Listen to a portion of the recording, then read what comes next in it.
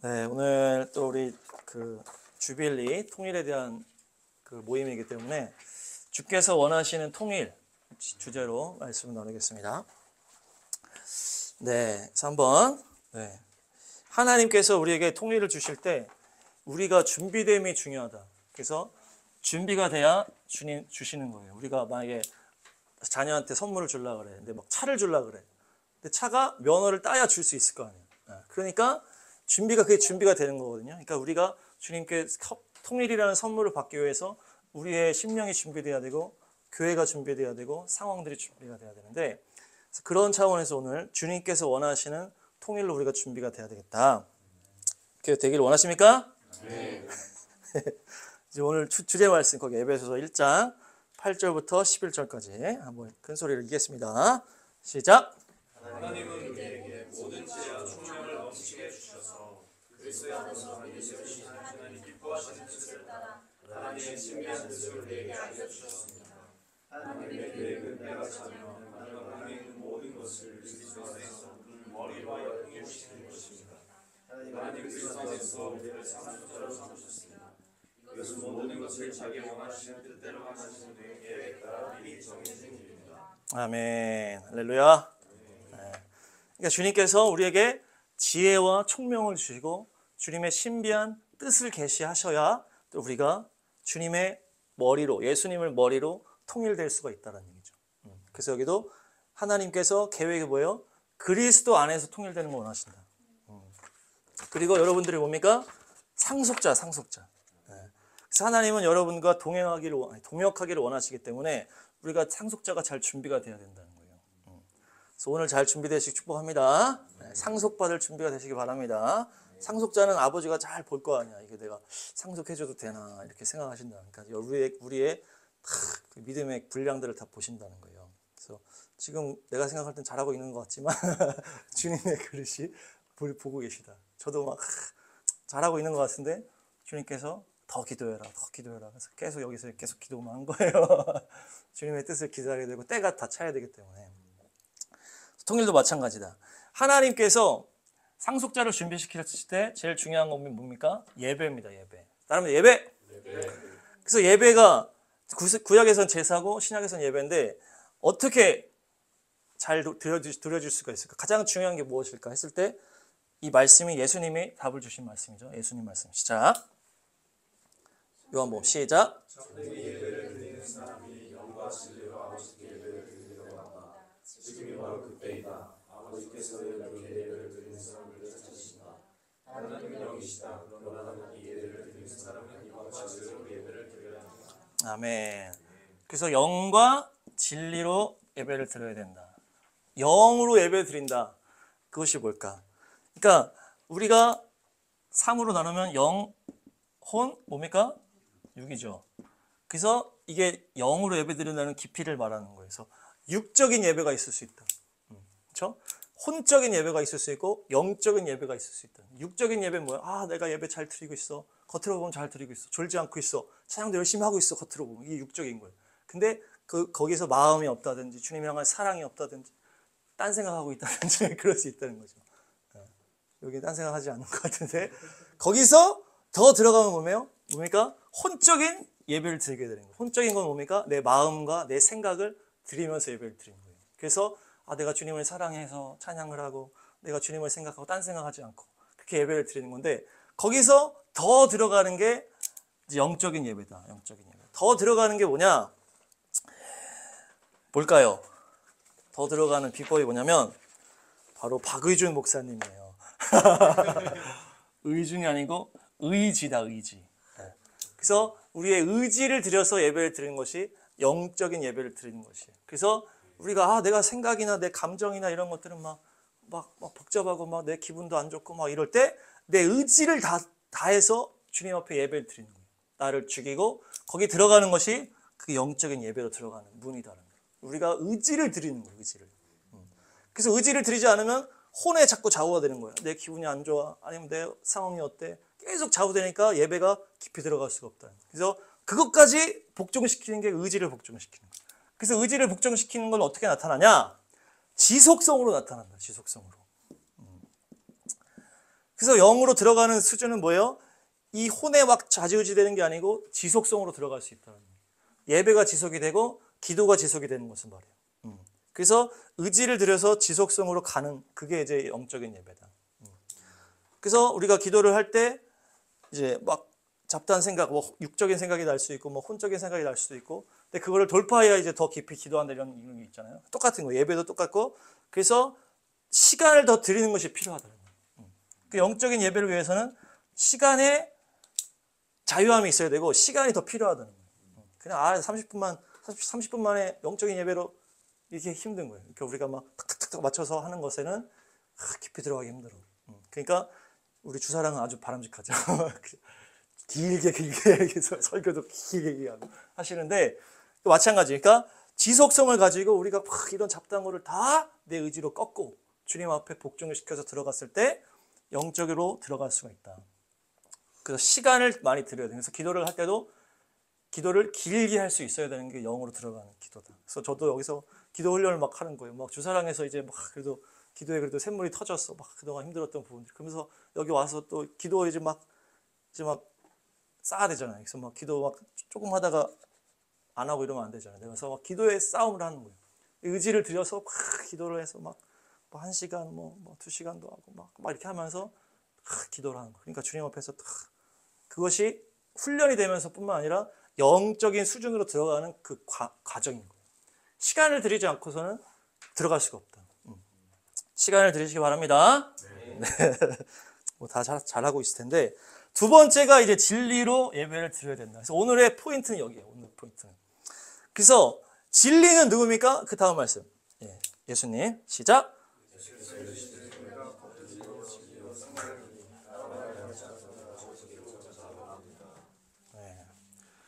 예수님이 진리시다. 그렇죠? 예수님이 진리시고 하나님의 말씀이 진리다. 근데 하나님의 말씀이 얼마나 길어요. 얼마나 두꺼워요. 예수님 우리 앞에 보이지 않기 때문에. 그래서 우리에게 성령님을 주셨잖아요. 성령님을 통해서 진리를 계시해 주시는데 그게 제가 살면서 성령님과의 관계 속에 진리로 정리된 게 있을 거 아니에요. 그걸 여러분들에게 주려고 그러는 거예요. 그래서 지금 할렐루야. 5가지의 진리의 기둥을 지금 여러분들한테 기준으로 영적 분별력으로 드릴 건데 잘 취하시기 바랍니다. 제가 뭐 여러분들 이제 젊으시니까 시간 절약도 하시고 제가 하나님과의 관계 속에서 세우는 그 진리들이니까. 그래서 첫 번째는 뭐냐? 첫 번째는 아까 얘기한 것처럼 그리스도 안에서 통일되어야 된다. 그래서 우리가 통일될 때 그리스도 안에서 통일이 되고 예수님 머리로 통일된다는 게 뭐예요? 그것을 말하는 게 이제 복음 통일이거든요. 그래서 통일이 될 때 통일만 되면 되는 게 아니고 예수님을 막 찬양할 수 있는 통일이 돼야 된다는 거죠. 통일이 됐는데 예수님 막 찬양할 수 없고 막 교회가 막 핍박을 당하고 막 예배 길에서 찬양도 못하고 이렇게 되면 안 된다는 얘기예요. 주님을 찬양할 수 있는 통일이 되어야 된다. 그래서 모든 것이 그냥 아무거나 막 통일이 되고 막 죄로 통일이 되면 안 되고 그리스도 안에서 거룩함에 이르러서 예수님을 머리로 통일이 돼야 된다. 그래서 우리가 통일을 위해 기도할 때는 뭐를 기도해야 되냐? 악한 공산 정권이 무너지게 해야 된다. 이렇게 기도를 해야 되는 거예요. 이게 복음 통일을 위한 기도라는 거예요. 그냥 전쟁만 안 나게 해주세요. 평화적으로만 통일되게 해주세요. 그렇게 하면 안 된다는 거예요. 전쟁이 나더라도 뭐가 더 중요한 거예요? 주님을 찬양할 수 있는 상황이 돼서 통일이 돼야 된다는 거예요. 그래서 이제 뭐 어떤 용어가 뭐 모든 걸 좌우하는 건 아니지만 어쨌든 복음 통일이 중요하다. 복음 통일. 복음 통일. 그래서 주님을 찬양할 수 있는 통일일 줄로 믿습니다. 그래서 우리가 그것을 마음으로 준비를 해야 되는 거예요. 그게 첫 번째고 두 번째는 뭐냐? 신앙에 누룩이 없어야 돼요. 이것이 통일을 떠나서 여러분들이 이제 마지막을 살아야 될 때 여러분들 안에 누룩이 있으면 결국 거기서 넘어지게 돼 있어. 이제 마지막 때로 된다는 건 뭐냐면 믿음에 대한 이게 막 온단 말이에요. 시험들이 막 오고 이제 그래서 제가 이제 막 옛날에 막 1% 얘기 설교했는데 99%를 들어도 1%가 내가 주님께 드려지지 않았을 때는 이 1% 때문에 나중에 넘어진다. 왜냐면 마지막 때는 그렇게 사람 몰아가거든. 적그리스도가 나타나고 예수님이 다시 오실 때 되면 여러분들 한 40, 50대, 60대 되면은 강력한 그런 상황이 올 텐데 그때 이것을 해결하지 않은 상태에서는 여기서 넘어진다는 거예요. 여기서. 그러니까 누룩을 제거해야 되는 거예요. 우리가 6월절에 누룩을 제거하잖아요. 무교절에 누룩을 제거하는 건데 그렇게 해서 우리 신앙을 정결하게 해야 되는데 그것에 지금 시대적인 게 다원주의, 다원주의. 종교 다원주의가 로마 카톨릭부터 시작해서 교회들로 막 들어오고 있는 상황이다, 상황. 그래서 로마 카톨릭에서 그냥 이제 불신자들에 대한 어떤 그런 것들을 다 낮춰놓은 거예요. 그래서 뭐 너도 구원받을 수 있고 뭐 착하게 살면 돼. 이런 식으로 다 가는 거예요. 그러니까 이 다원주의 물결이 교회 속으로 막 들어오는 상황이다, 지금. 여러분들은 그래도 교회와 목사님이 너무나 훌륭하시기 때문에 잘 모를 수 있겠지만 엄청나게 신학교 다니고 하면 다 알 거예요. 이런 게 막 들어와 있어. 그래가지고 이것을 여러분들이 경계를 잘해야 돼. 여러분들을 지켜야 돼. 그래서 WCC가 교회 모임이라는 포인트지만 카톨릭을 인정하고 막 불교도 인정하고 막 이렇게 약간 다원주의적인 이런 게 있단 말이에요. 그래서 여기에서 뭐 나와야 된다 이런 얘기를 하는 게 괜히 하는 게 아니에요. 괜히 뭐 싸우자고 하는 게 아니고 신앙의 누룩을 없애자고 하는 거예요. 누룩을 없애자. 그래서 분별하시기 바랍니다. 네, 이게 이제 두 번째 진리고 지금 엄청 빠르게 하고 있어요. 그 말씀을 읽겠습니다. 고후 시작.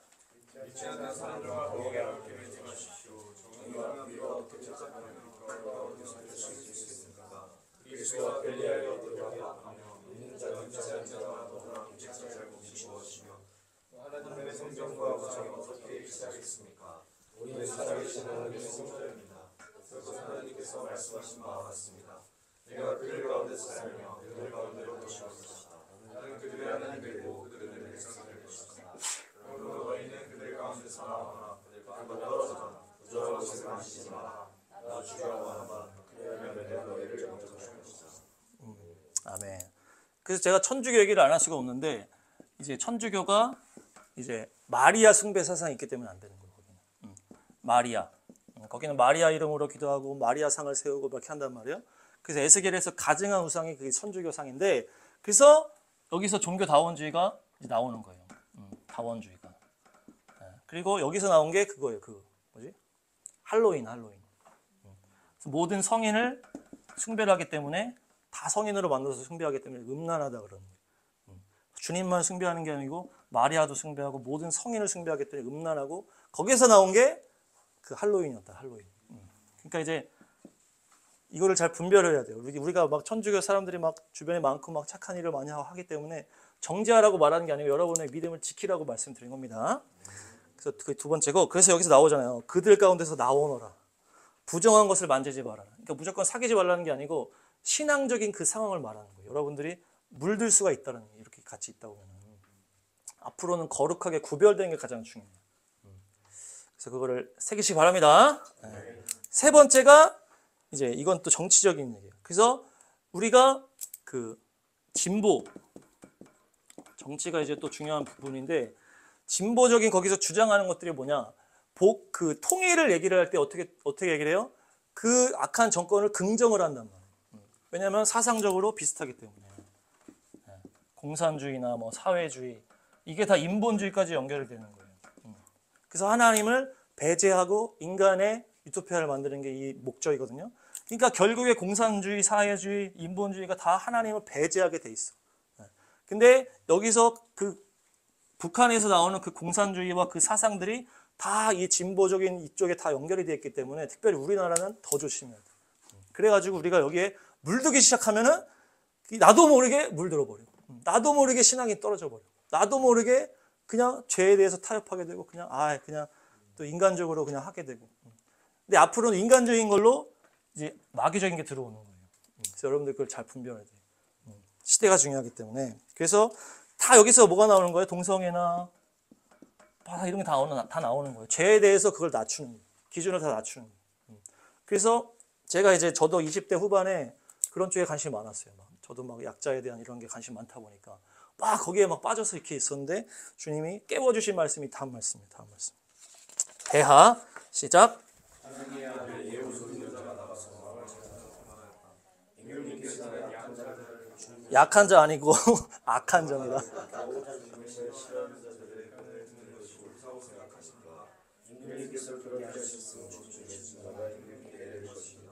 아멘. 이게 뭐냐면 북이스라엘에는 아주 악한 아합 왕이 있었어요. 아합 왕. 이 아합 왕은 바알 아세라를 본격적으로 숭배하는 아주 악한 왕인데 남유다에는 여호사밧 왕이라는 그래도 나름 믿음 있는 왕이 있었단 말이야. 근데 이 왕이 인간적으로 하다 보니까 아합이랑 친구가 되고 막 같이 막 하게 되는 뭐를 같이 전쟁도 하게 되고 막 이렇게 하면서 친하게 지내다가 같이 다른 나라랑 같이 전쟁을 했는데 이 아합은 하나님 심판에서 죽었단 말이야. 그래서 여호사밧은 살아와가지고 딱 집에 돌아왔는데 이 예후라는 선지자가 나타나가지고 왜 주님을 싫어하고 주님을 미워하는 자들을 당신 돕고 있냐 이렇게 얘기해요. 여기서 주님을 여기 나오죠. 주님을 싫어하는 자들의 그를 사랑했다 이렇게 얘기를 해요. 그러니까 아합에 대해서 좋게 생각하고 여호사밧이 그렇게 하면서 그것이 흘러 나중에는 아합의 가문과 결혼을 하게 되는 여호사밧과 자녀들이. 그러면서 바알 아세라 우상이 막 들어오는 거예요. 그러니까 우리가 북녘 땅에 대해서 그 불쌍한 백성들이 있지만 그 악한 정권에 대해서는 확실하게 이걸 해놔야 거기서 들어오는 우상 숭배가 안 들어온다는 얘기예요. 그래서 북녘 그 정책에서 제가 이걸 딱 말씀을 바꿔서 이건 잘못된 거구나 제가 딱 돌이킨 거예요. 그때 그래서 딱 돌이킨 그때. 그래서 이쪽에 내가 가면 안 되겠구나. 그러면서 내가 딱 막 그걸 막아섰어요. 이 말씀 때문에. 저렇게 주님을 미워하고 막 공산주의 그런 사람들과 친하게 지내고 이렇게 하면 안 되는구나. 주님이 싫어하시는 거예요. 여기 주님이 재앙을 내린다고 얘기하죠. 자, 그게 이제 세 번째고, 네 번째는 이단에 대한 얘기인데, 이단을 제가 여기 문산에서 오니까 막 이단이 많아요. 막 하나님 교회도 이따막히 있고, 여호와의 증인도 엄청 많고, 그래서 제가 막 얘기를 했어요. 전도하다 보면 여호와의 증인도 만나고 막 얘기했는데, 보다 보니까 이들의 문제가 뭐냐, 이들이 예수님을 다 말을 해. 다 예수님을 알아. 예수님 이름을 말한단 말이야. 근데 뭐가 다르다? 영이 다른 거예요. 그러면서 성령을 부정하고 영적인 거를 부정해. 그러면서 하나님을 믿되 어떻게 믿어? 지식적으로 믿는 거예요. 지식적으로. 그러니까 마지막 때에는 지식에 대해서 우리가 치우치게 되는 거예요. 우리가 막 다 공부를 많이 하니까. 지식적으로 신앙으로 가게 되니까 이 사람들은 예수님 다 말한다니까. 근데 막 그 신천지만 해도 막 성경을 막 지식적으로 만들어가지고 다 얘기를 하잖아. 그러면서 자기가 성령이라고 그러고. 이 여호와의 증인도 얘기를 해보면은 막 예수님 다 얘기를 하는데 다 지식적으로 치우쳐져 있어. 거기서 막 주님 앞에 회개하고 막 이런 게 없고 영으로 막 들어가는 게 없는 거예요. 성령을 부정하고 막 이렇게 하거든. 다 예수님 얘기를 해. 근데 또 하나님의 교회에서도 예수님 얘기를 하더라고. 근데 거기에서 하나님 교회에서는 또 교주가 걔가 자기가 성령이라고 그래.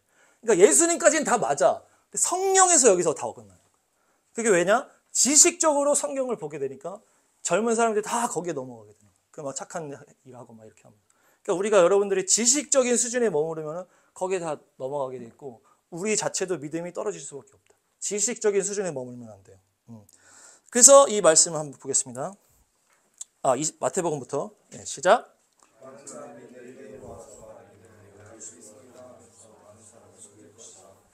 그러니까 다 예수님 이름을 얘기를 해. 신천지도 예수님 얘기한다니까.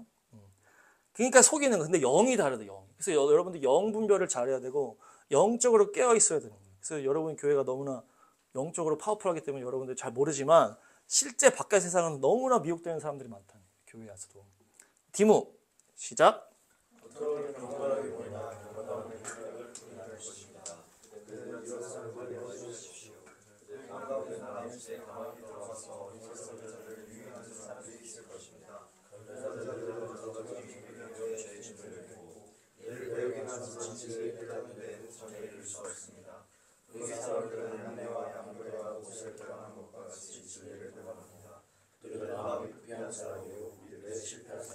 네, 얘기하죠. 겉으로는 경건해 보이지만 경건의 능력을 부인한다. 경건의 능력을 부인한다는 게 영적 능력을 부인하게 되는 거예요. 그래서 영적인 능력이 떨어지게 되는 거고 그렇게 되니까 결국 어떻게 된다? 정욕에 끌려가게 되고 믿음을 결국 배반하게 된다. 믿음을 배반하고 부패하게 된다. 이게 다 어떻게 나온다? 다 영적인 능력이 없기 때문에 지식적인 데 치우치다 보니까 거기서 나오는 결과다는 거예요. 그래서 앞으로는 더 영적 사역에 여러분들이 관심을 많이 가지셔야 돼요. 그래서 막 영으로 하는 거는 막 다 싫어하는 사람도 있어요. 막 그 신학교도 마찬가지고. 그럼 방언도 하면 안 돼. 근데 지금 우리가 막 방언에 대한 그걸 다 들었잖아요. 하나님이 임하셨을 때 나타나는 거기 때문에 방언 옛날에 다 끝났다고 한다든지 막 다 마귀 방언이라 한다든지 막 그런 사람이 있다니까. 성경 공부를 엄청 잘하는데 그 사람이 이단이 아니야. 근데 그렇게 얘기를 해.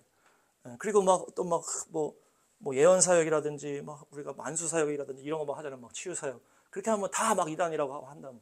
예수님이 딱 오셨을 때 바리새인들이 대적했던 게 뭐야? 예수님이 막 귀신을 쫓아내고 영적인 사역을 막 하시니까 귀신 들여서 한다고 막 기록했단 말이야. 그래서 예수님에 대한 눈이 가렸던 것처럼 마지막 때 똑같아.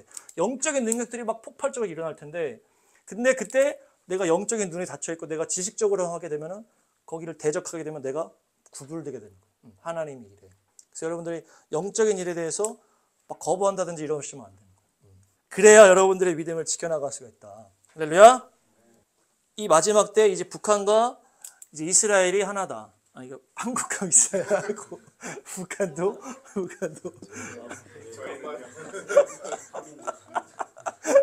북한이 이스라엘과 닮은 꼴이 아까 있다고 계속 그랬잖아요. 근데 이스라엘이 뭡니까?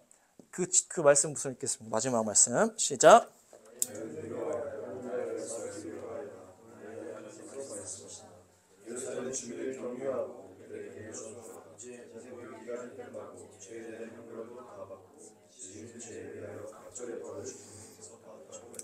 네, 성경에 보면은 장자가 2배의 상속을 받게 되어 있습니다. 그 장자가 2배를 그 가지게 되어 있는 거야. 근데 이스라엘이 뭐예요? 장자 민족이라는 거예요. 장자 민족이 예수님이 여기서 나왔단 말이야. 그러니까 예수님의 십자가를 장자가 담당할 수밖에 없었다는 거예요. 그래서 그것이 이들의 2배가 됐다. 2배. 자기들의 잘못으로 죄를 받고 예수님의 복음을 완성하기 위해서 또 죄를 받게 된 거예요. 그래서 2000년 동안 흩어져 있었던 거예요. 그게 장자에 대한 책임이었다. 책임.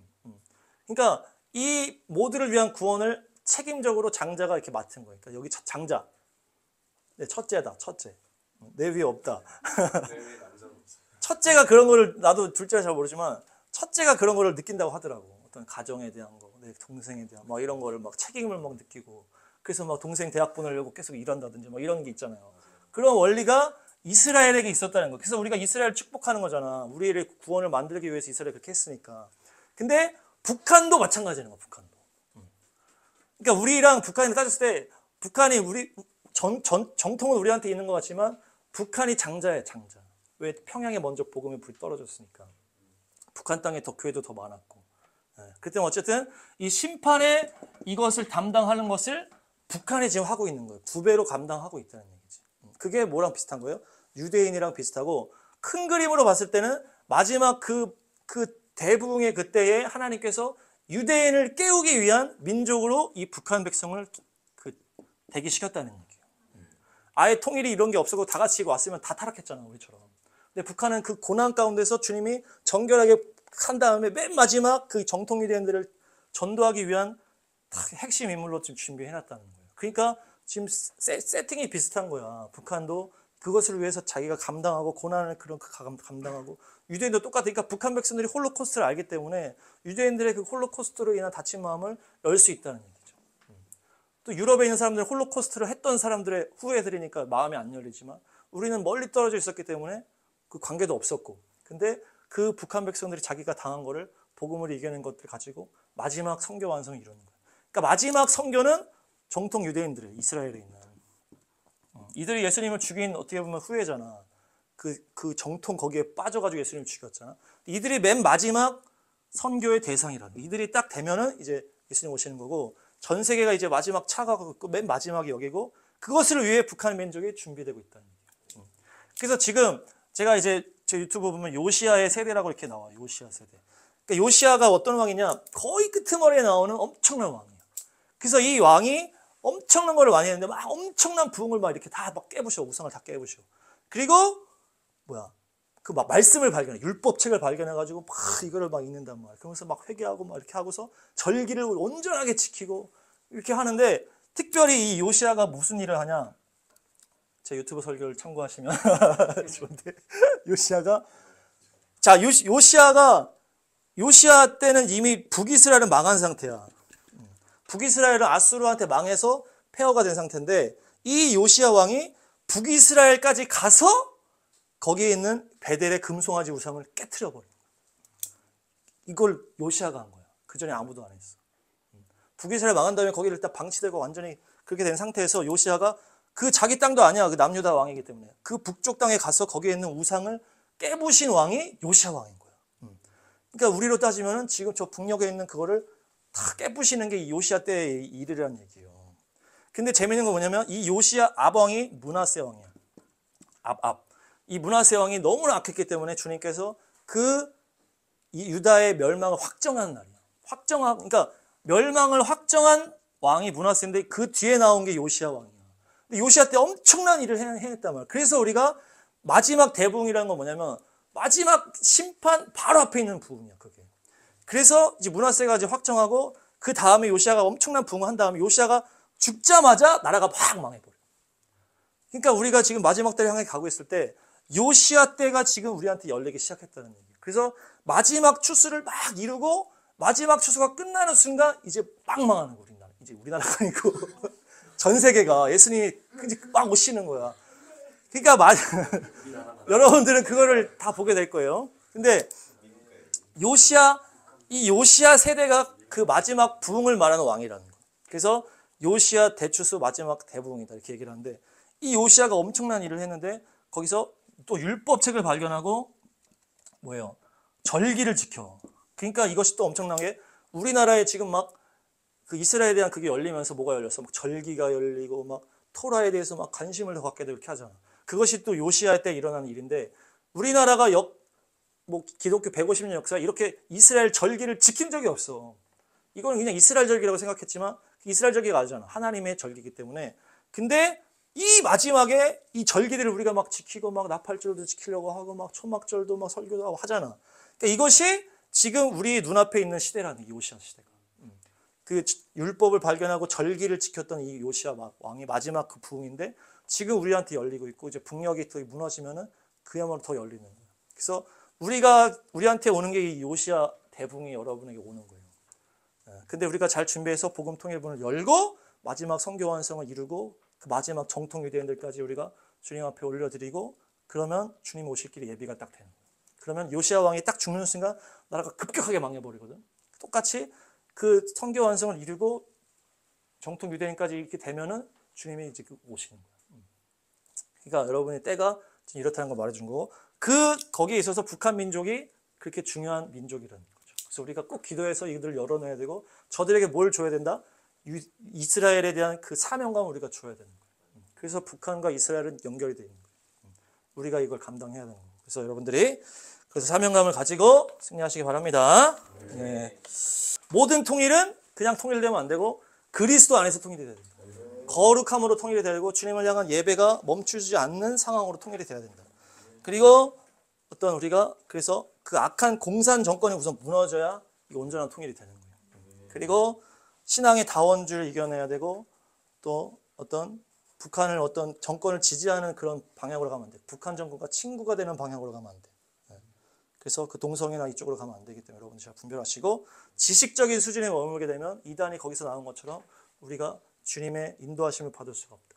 그래서 여러분들이 그 지식에 성령의 지식에 들어가셔서 성령의 인도함을 받는 여러분 되시고 마지막 복음 통일 이후에 이 요시야 세대가 열릴 때 북한 백성들과 함께 이스라엘을 마지막 정통 유대인들을 복음화시키는 사명감을 가지고 승리하시기 바랍니다.